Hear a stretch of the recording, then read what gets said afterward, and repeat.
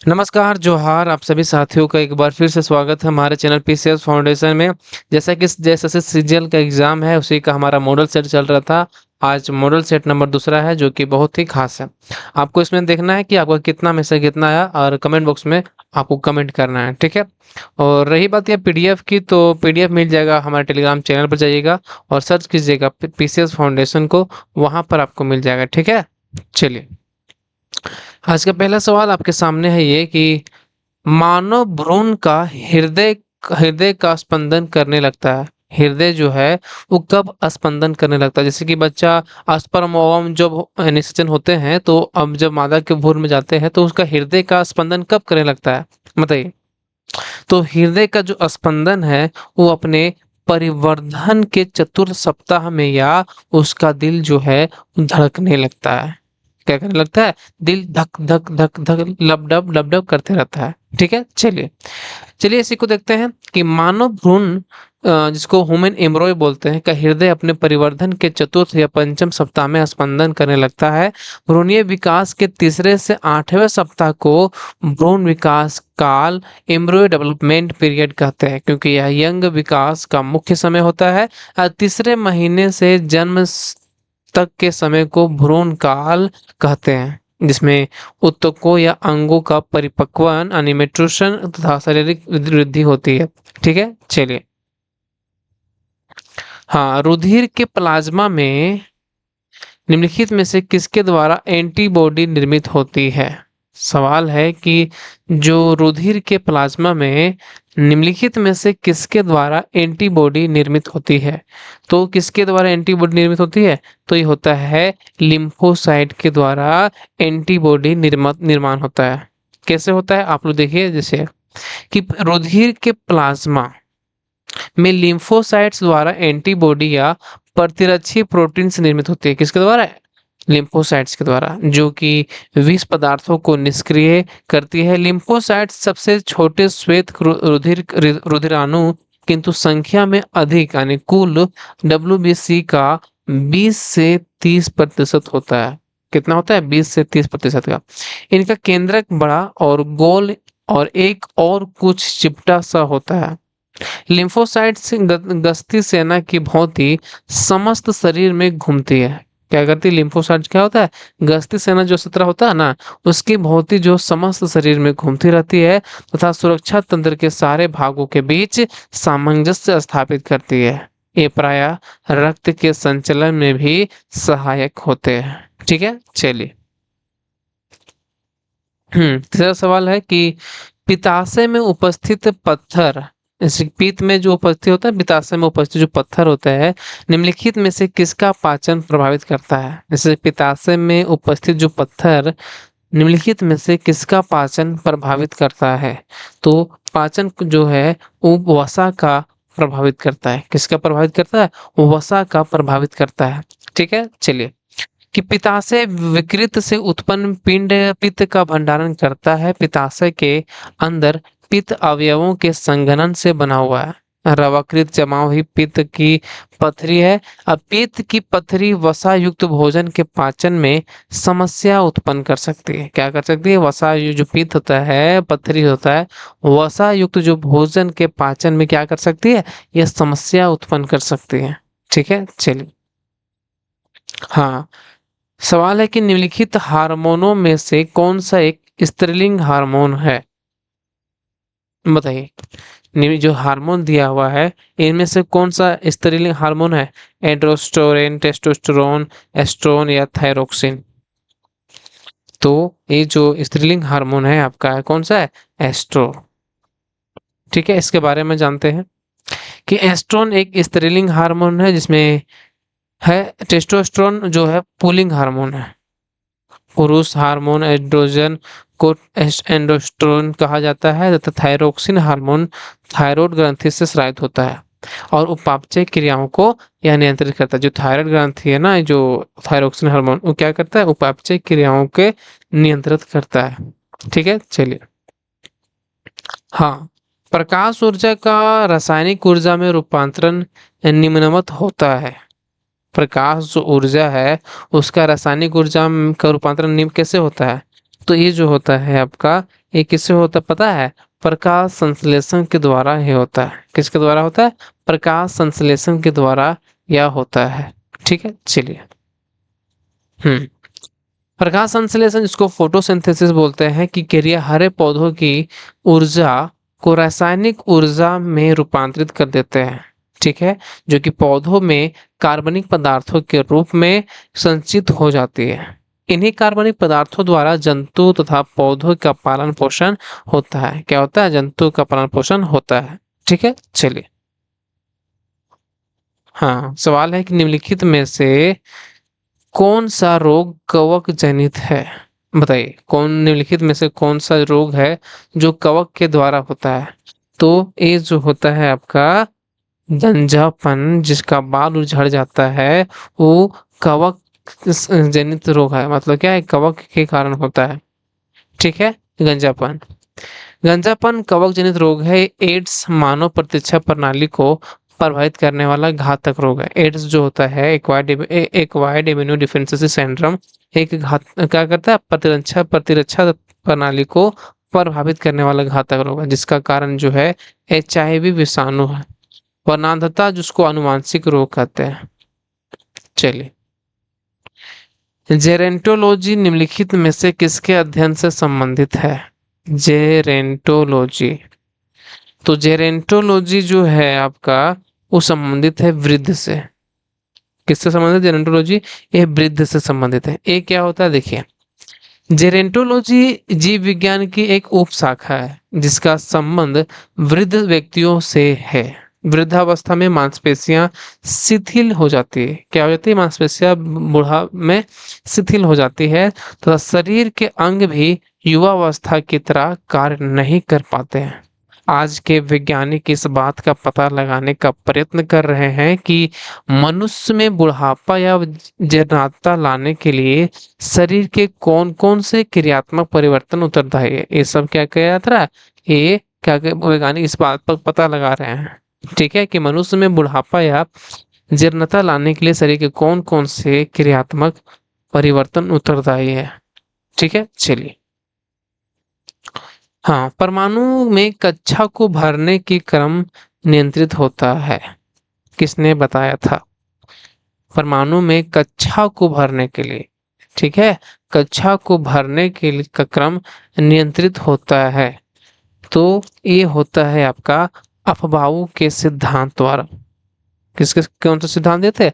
Aufbau सिद्धांत द्वारा कक्षा को भरने, जो परमाणु की कक्षा को भरने का एक क्रम नियंत्रित होता है। ठीक है, ये क्या होता है देखिए, अफवाऊ एक जर्मन शब्द है, जिसका अर्थ होता है निर्माण। अफवाऊ का अर्थ क्या है? निर्माण। यह नियम तत्वों के इलेक्ट्रॉनिक विन्यास लिखने की एक आसान विधि प्रदान करता है। इसके अनुसार क्या होता है ना, कि इलेक्ट्रॉन सर्वप्रथम निम्न ऊर्जा स्तर में जाता है। जब जब यह ऊर्जा स्तर पूर्णतः भर जाता है, तब इलेक्ट्रॉन इस ऊर्जा स्तर से उच्च उच्च ऊर्जा स्तर तक में जाते हैं। इस प्रकार यह क्रम चलता रहता है। और अफबाऊ सिद्धांत जो होता है, वो पाउली के अपवर्जन नियम और हुंड के मैक्सिमम मल्टीप्लिसिटी के नियम तथा कक्षा की तुलनात्मक ऊर्जाओं को, यानी कि रिलेटिव इंजीनियरिंग एनर्जीज पर आधारित होती है। अब वाव फिर से बताता है कि अब वाव जो सिद्धांत है ना, पाउली के अपवर्जन नियम और हुंड के मैक्सिमम मल्टीप्लिसिटी नियम तथा कक्षों की तुलनात्मक ऊर्जाओं पर आधारित है। ठीक है, चलिए इसके आगे बढ़ते हैं। हाँ, सवाल है कि रेत और नेफ्थलीन के मिश्रण किसके द्वारा अलग किया जा सकता है? जैसे कि रेत है इधर, उसको नेफ्थलीन मिला हुआ है, तो किसके द्वारा अलग किया जाता है? तो ये जो है ना, ये आपका ऊर्ध्वापातन, जिसको क्या बोलते हैं? सब्लिमेशन के द्वारा जो है इसको अलग किया जाता है। किसको? रेत और नेफ्थलीन को। ठीक है, चलिए।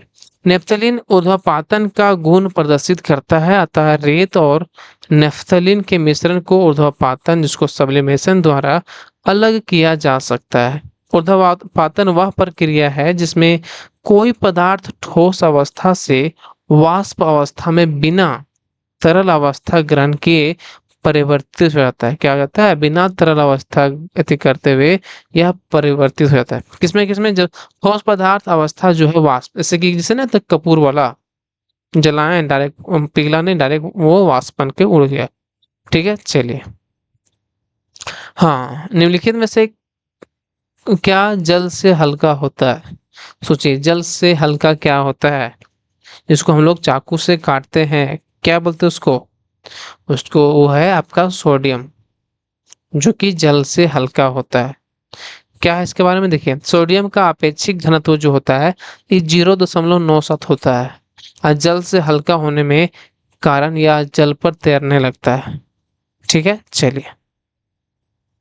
कार्बन की मात्रा अधिकतम होती है ढलवा लोहा में, पिटवा लोहा में, स्टील में, या मिश्र धातु स्टील में? बताइए। कार्बन की मात्रा अधिकतम होती है, तो कार्बन की जो मात्रा अधिकतम होती है वो ढलवा लोहा में होती है। किस में होती है? ढलवा लोहा में होती है, पिग आयरन में। ढलवा लोहा जिसको पिग आयरन के में कार्बन की मात्रा लगभग 3.5 से 4.5% तक होती है, जो दिए गए अन्य विकल्पों पिटवा लोहा में से 0.04 से 0.08% ये पिटवा लोहा होता है। स्टील में अगर हम बात करें ढलवा लोहा, तो 1.5%, और मिश्र धातु में 0.1 से 1% अधिक होती है।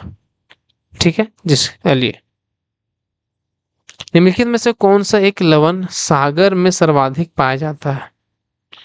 बताइए, निम्नलिखित में से कौन सा लवण है जो सागर में सर्वाधिक पाया जाता है? तो सागर में पाया जाता है सोडियम क्लोराइड। क्या पाया जाता है? Sodium chloride. क्या क्या होता है ये?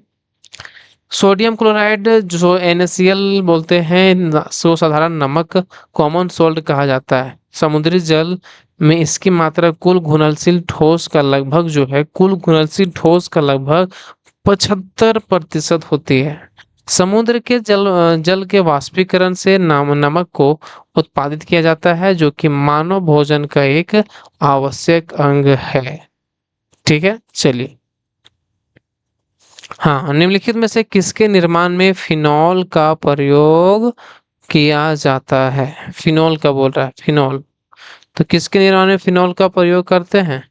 तो ये जो है आपका बेकेलाइट के निर्माण में फिनॉल का प्रयोग किया जाता है। किसके निर्माण में? बेकेलाइट में। ये क्या होता है बेकेलाइट? वर्ष 1907 में लियो वेकलैंड ने फिनॉल और फॉर्माल्डिहाइड की अभिक्रिया के फलस्वरूप बेकेलाइट का निर्माण किया। किसके किसके? फिनॉल और फॉर्माल्डिहाइड के अभिक्रिया स्वरूप क्या निर्माण किया? बेकेलाइट। ठीक है, चलिए। हम्म सवाल है कि निम्नलिखित तत्वों में से कौन जब वायु तथा अंधेरे में रखा जाता है तो स्वतः दीप्त हो जाता है, उठता है? निम्नलिखित में तत्वों में से कौन सा जब वायु तथा अंधेरे में रखा जाता है तो स्वतः क्या होता है? दीप्त हो उठता है? कौन सा? स्वतः मतलब जल उठता है, तो ये आपका है श्वेत फास्फोरस। कौन सा है? श्वेत फास्फोरस है, जो स्वतः दीप्त हो उठता है। देखिए यहाँ पे, अंधेरे में सफेद फास्फोरस को वायु में रखने पर उसमें पीला हरा प्रकाश उत्सर्जित होता है और सफेद धूम्र बनते हैं, जिनकी गंध लहसुन जैसी होती है। सफेद फास्फोरस की इस दीप्त यानी ग्लो को रासायनिक संदीप्त कहते हैं। वायु से बचाने के लिए सफेद फास्फोरस को जल में रखा जाता है, क्योंकि साधारण ताप पर वायु में स्वतः जलने लगता है, इसीलिए क्या करते हैं? इसको जल में रखते हैं। ठीक है, चलिए। ऊर्ध्वाधर तल इसको क्या बोलते हैं? एलिवेशन, एवं क्षैतिज तल इसको क्या बोलते हैं? एजीमुथ में कोणीय दूरी मापने में प्रयुक्त होने वाला यंत्र। ऊर्ध्वाधर इसको क्या बोलते हैं? एलिवेशन। क्षैतिज, ऊर्ध्वाधर और क्षैतिज जो होता है को कोणीय दूरी मापने को क्या बोलते हैं उसको? तो उसको बोलते हैं आपको थियोडोलाइट। क्या बोलते हैं? थियोडोलाइट। ये क्या होता है थियोडोलाइट? कि क्षैतिज तल एवं ऊर्ध्वाधर तल में कोणीय दूरी को मापने के लिए थियोडोलाइट का प्रयोग किया जाता है। ठीक है, चलिए। साधारण यंत्र किसी व्यक्ति की सहायता करता है। जो साधारण यंत्र होते हैं और किसी व्यक्ति को किस प्रकार सहायता करता है? तो ये कम बल का प्रयोग करके भी उतना ही मात्रा में काम करने में क्या करता है? साधारण यंत्र जो है किसी भी व्यक्ति को बल का प्रयोग करके भी उतना ही मात्रा में काम करने में, ये क्या होता है कि साधारण यंत्र किसी व्यक्ति द्वारा बल प्रयोग करके भी उतना ही मात्रा में काम करने में सहायता करता है। ठीक है, चलिए। थर्मस फ्लास्क में लंबे समय तक तरल या गर्म ठंडा रहता है। तो थर्मस जो होता है ना, इसमें गर्म रखेगा तो गर्म में रहेगा। तो थर्मस फ्लास्क में लंबे समय तक तरल गर्म या ठंडा रहता है क्योंकि ऊष्मा की कोई हानि अथवा प्राप्ति नहीं होती। क्या होती है? ऊष्मा की कोई हानि या प्राप्ति नहीं होती है। तो किसके कारण से होती है? जैसे कि थर्मस फ्लास्क में लंबे समय तक क्या होता है, तरल जो गर्म या ठंडा रहता है क्योंकि ऊष्मा की कोई हानि अथवा प्राप्ति नहीं होती है। तो ये होती है संचालन के द्वारा भी और संवहन एवं विकिरण के द्वारा। ये दोनों ऑप्शन हो जाएगा, यानी कि ऑप्शन ए और बी दोनों हो जाएगा। थर्मस फ्लास्क में दो परतें के बीच वैक्यूम होने के कारण, जैसे कि दो परत होता है ऐसे से, तो इसके बीच जो होता है ना ये, तो दो वैक्यूम होने के कारण संचालन, संवहन एवं विकिरण की क्रिया से ऊष्मा की हानि अथवा प्राप्ति नहीं होती है, इसीलिए गर्म गर्म ठंडा ठंडा रहता है। दूरदर्शन जो प्रसारण में चित्र संदेशों का संचरण होता है। दूरदर्शन प्रसारण में चित्र संदेशों का संचरण होता है, जिसको मूवी देखते हैं ना नीचे में, तो चित्र संदेश की बात कर रहा है। तो ये जो है आपका, ये आयाम माडुलन द्वारा होता है। ये किसके द्वारा संचरण होता है? आयाम माडुलन के द्वारा होता है। ठीक है, चलिए इसके बारे में देखिए कि दूरदर्शन प्रसारण में ध्वनि संचरण के लिए आवृत्ति माडुलन तथा चित्र संदेशों के संचरण के लिए आयाम माडुलन का प्रयोग किया जाता है। क्या किया जाता है? आयाम माडुलन का प्रयोग किया जाता है। निम्नलिखित तत्वों में कौन अर्धचालक है? निम्नलिखित तत्व जो है वो कौन अर्धचालक है इसमें से? तो इसमें सिलिकॉन जो है ना, ये ऐसा तत्व है जो अर्धचालक है। सिलिकॉन याद रखिए, कौन सा? सिलिकॉन जो है अर्धचालक है। कुछ ऐसे पदार्थ है, कुछ पदार्थ ऐसे हैं जिनकी वैद्युत चालकता अचालकों की अपेक्षा बहुत अधिक है परंतु चालकों की अपेक्षा बहुत कम होती है, इन्हें अर्धचालक कहते हैं। जैसे सिलिकॉन और जर्मेनियम जो है ये अर्धचालक है। परिभाषा सुनिए, जैसे कि जिनकी वैद्युत चालकता अचालकों से अपेक्षा बहुत अधिक और चालकों की अपेक्षा बहुत कम, इन्हें अर्धचालक कहते हैं। सीटी स्कैन करने में प्रयोग में लाई जाती है कौन सी किरण? अवरक्त किरणें, परासर्व की तरंगे, दृश्य प्रकाश या एक्स किरणें। सीटी स्कैन कराते हैं ना, तो उसमें जो है ना, उसमें एक्स किरण को प्रयोग किया जाता है। किसका प्रयोग किया जाता है? एक्स किरण का। सीटी स्कैन या कम्प्यूटेड टोमोग्राफी विशेष प्रकार एक्सरे परीक्षण है जिसके द्वारा शरीर के अंदरूनी अंगों को देखा एवं रोगों का पता लगाया जाता है। क्या कहता है? रोगों का पता लगाया जाता है। ठीक है, तो चलिए आज का सवाल यहीं पे समाप्त हुआ और आपका कितना में कितना सही हो कमेंट बॉक्स में जरूर बताइएगा और कि आप क्या चाहते हैं और इसी तरह का हम लोग सवाल लेकर आएंगे क्योंकि बहुत कम समय लगा हुआ है, आपके इस समय बचा हुआ नहीं है अब। ठीक है, तो चलिए मिलते हैं अगले वीडियो में और मिलते हैं अगले क्लास में।